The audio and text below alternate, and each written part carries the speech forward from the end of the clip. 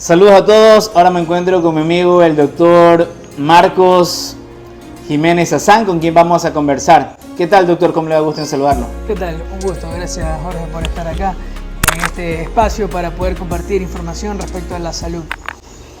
Vamos a iniciar, yo creo que con uno de los temas o las formas en que las personas podrían prevenir enfermedades que a lo largo de la vida van a causar grandes problemas, como por ejemplo el caso de la diabetes, hipertensión e insuficiencia renal, doctor.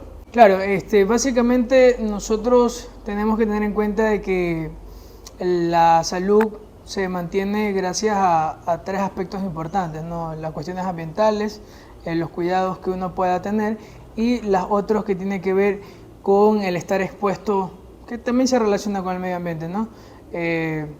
Los cuidados en cuanto a microorganismos que nos puedan afectar. Y estas enfermedades que me han mencionado, que es la hipertensión, la diabetes y la enfermedad renal crónica, son ambientes o enfermedades que se dan específicamente en ambientes que dependen de uno mismo, ¿no? En cuanto a la alimentación y en cuanto a la actividad física.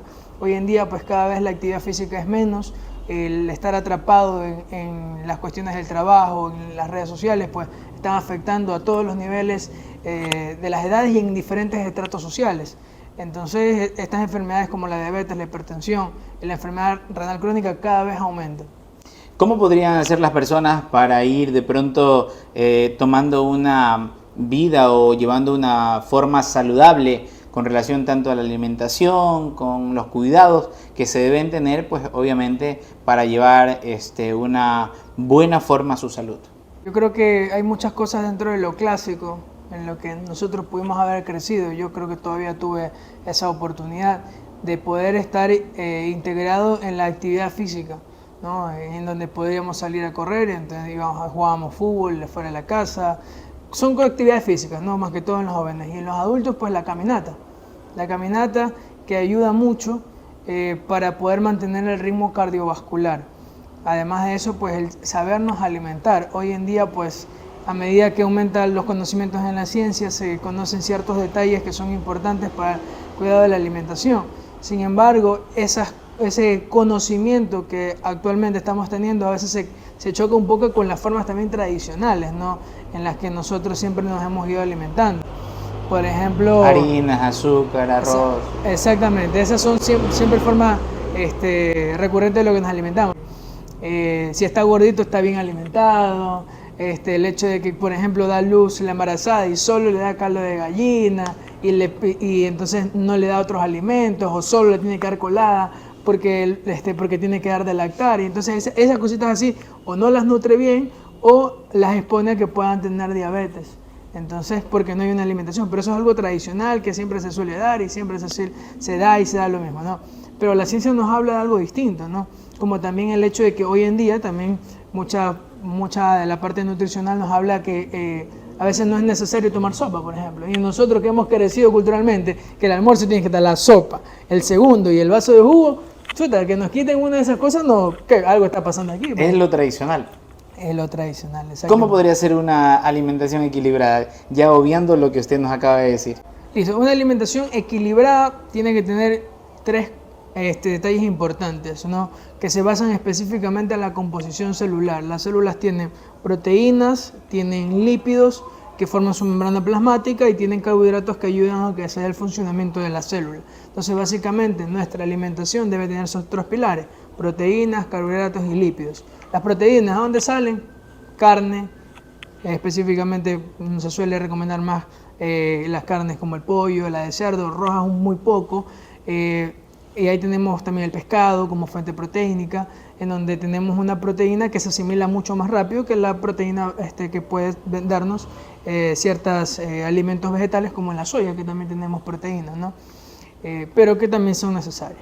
Tenemos los carbohidratos, que eso sí, lo encontramos en todo y por ende difícilmente lo vamos a obviar, solo que dependiendo de la persona y del estado físico o el estado de salud, pues se disminuyen las raciones. Entonces carbohidratos tenemos en el arroz, tenemos en la papa, tenemos en la yuca, tenemos en el verde y bueno, en harinas también hay azúcares simples, pero que más vale esas azúcares simples son las que hacen más daño.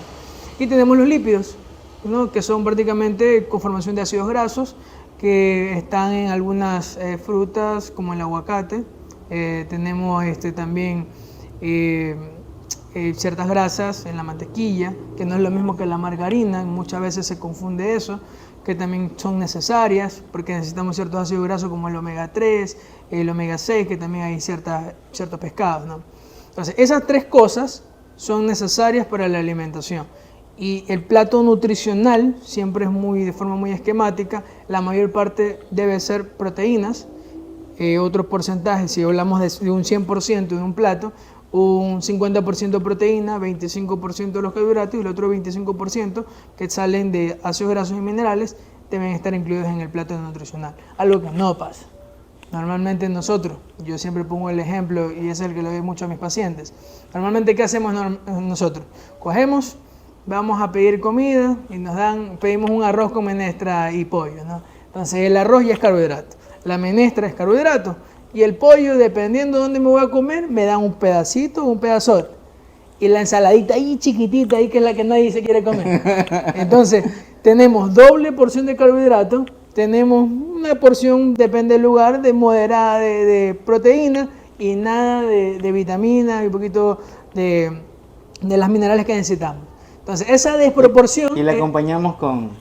esa falta también, pues no. La Coca-Cola, sino el jugo, que ya no es jugo a veces natural, a veces de los otros que están ya medios envasaditos. Entonces, se sube mucho más los niveles de glucosa. ¿Y esto de aquí en qué momento más común? A las 5, 6 de la tarde, 7 de la noche, 8 de la noche, o a las 9 que nos reunimos todos en familia a comernos. Entonces, y luego después un par de horas a dormir. Gran cantidad de calorías que no se consumieron y que al rato de la hora pues se tiene que transformar en alguna forma. En personas mayores de 40 años, los mecanismos de regulación de la glucosa a veces se vuelven tan lentos que predisponen a tener diabetes.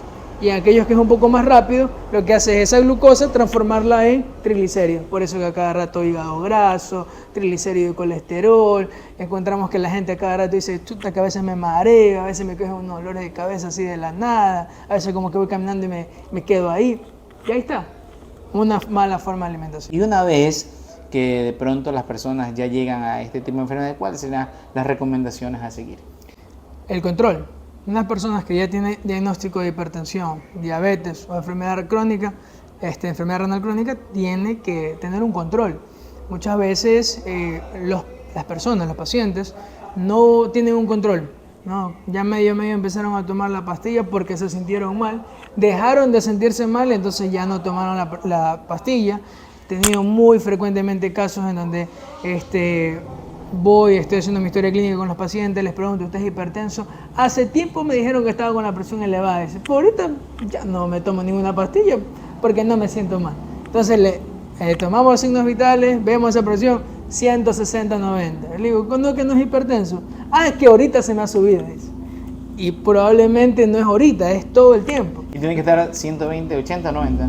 Los rangos de presión arterial en una persona que no es hipertensa deben estar 120-80 en el hombre y las mujeres llegan hasta 110-70. Sin embargo, ese rango puede mantenerse también en las mujeres. Bueno, pueden llegar hasta a 120-80, también se encuentra dentro de lo normal. ¿Y la edad tiene que ver algo con la presión en personas adultas mayores?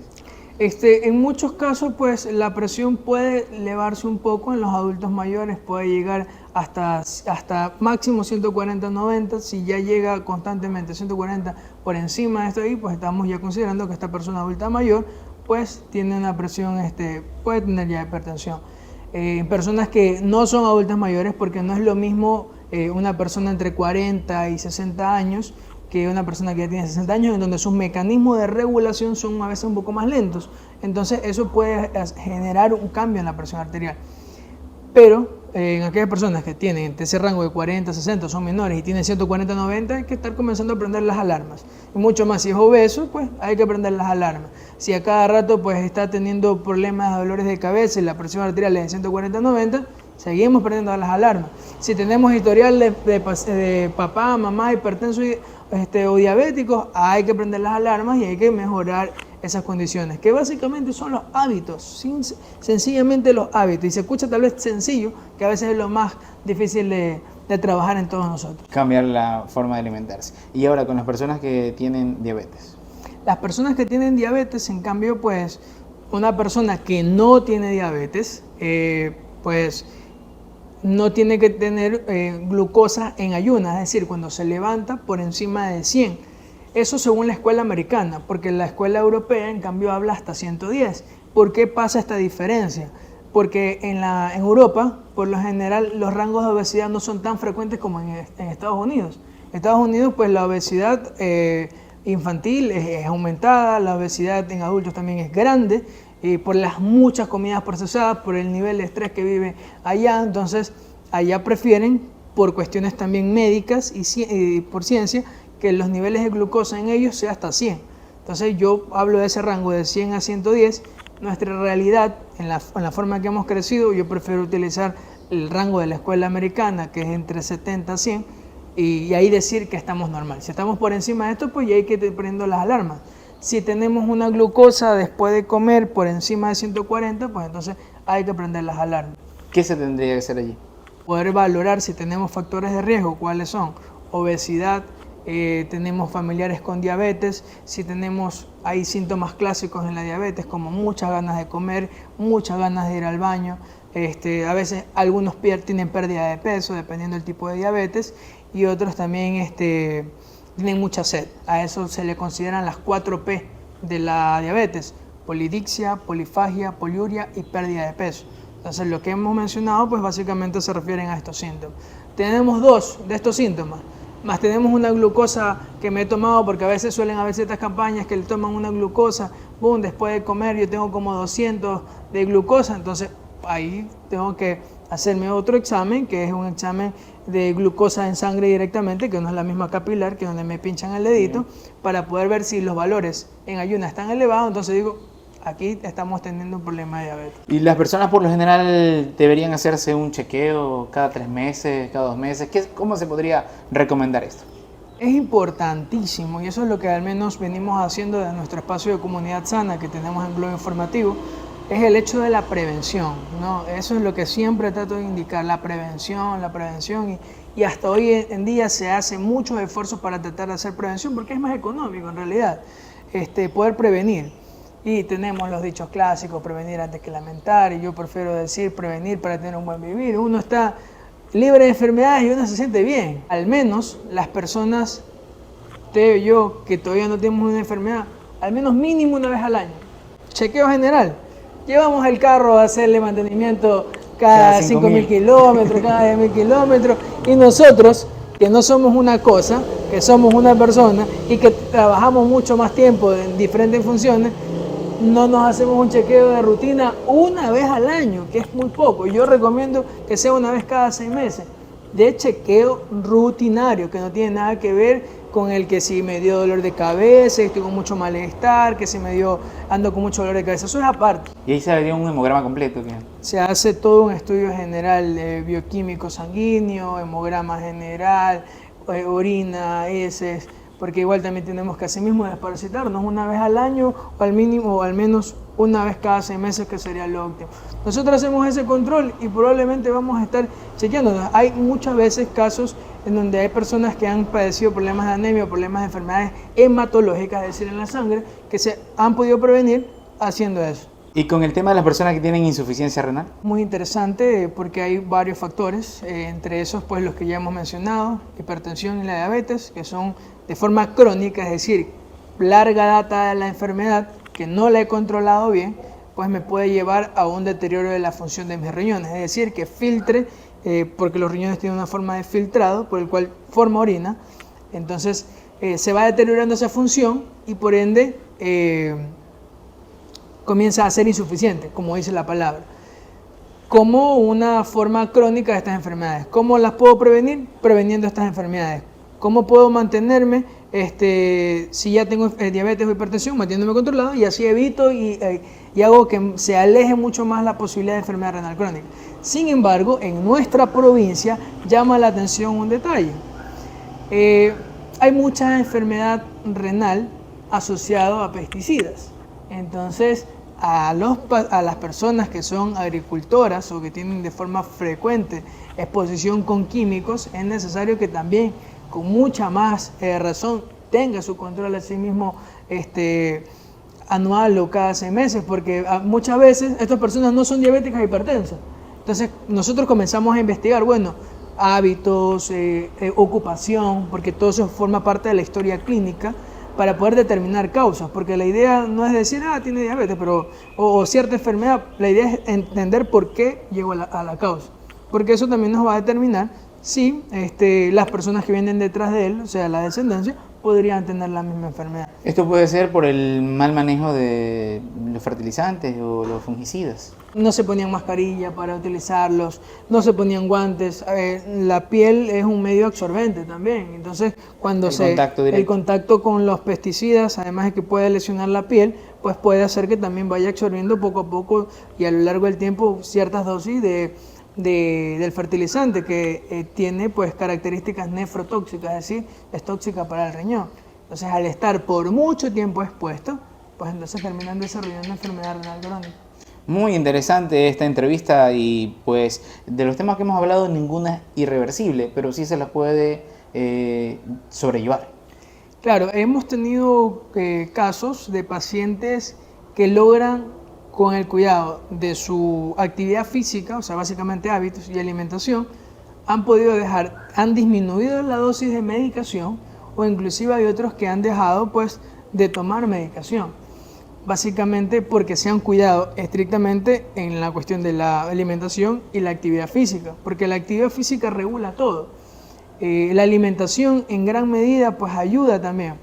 Hay una forma de dieta, se llama la dieta DASH, o al menos parámetros DASH, que se utilizan en nutrición, en donde hay evidencia, en donde solo el hecho de hacer 30 minutos de caminata de forma moderada intensa, solo caminata, y eso ayuda a disminuir entre 8 a 10 milímetros de mercurio la presión arterial. Y esa persona, por ejemplo, que cada rato tiene 140-90 la presión arterial, si yo hago caminata, pues estoy reduciendo de 8 a 10, pues ya estoy entrando dentro de los valores de control, que son por debajo de 140-90.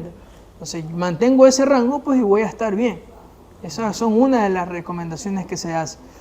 Control en la alimentación, en la actividad física y tomarse su medicación. Personas que han estado tomando 3 medicaciones para la presión arterial porque no le baja con la clásica losartán, que no le baja con la lodipino, y le agregan otra medicación más, tampoco le baja. Entonces, ¿pero por qué? Cada consulta llega con más peso, cada consulta no he hecho ejercicio, cada consulta estoy comiendo más, entonces nunca le va a bajar. Le pongamos lo que le pongamos y esa persona puede ser candidata a largo plazo, enfermedad renal crónica, infarto cardiovascular o un accidente cerebrovascular. Ok, muy interesante, doctor. El número telefónico para que las personas puedan contactarle para despejar algunas dudas y la dirección. Claro que sí, nosotros pues estamos en la Ciudadela Los Girasoles, en la calle A1 entre la 23 y la 24, Consultorio Médico San José. Pueden llamarnos al 098-559-9445, estaremos gustosos de poder atenderlo, poder responderle cualquier duda que tenga. Es importante cuidar su salud. Si usted no empieza a cuidar su salud, ¿quién más va a ser la mejor persona para cuidarlo? Es necesario.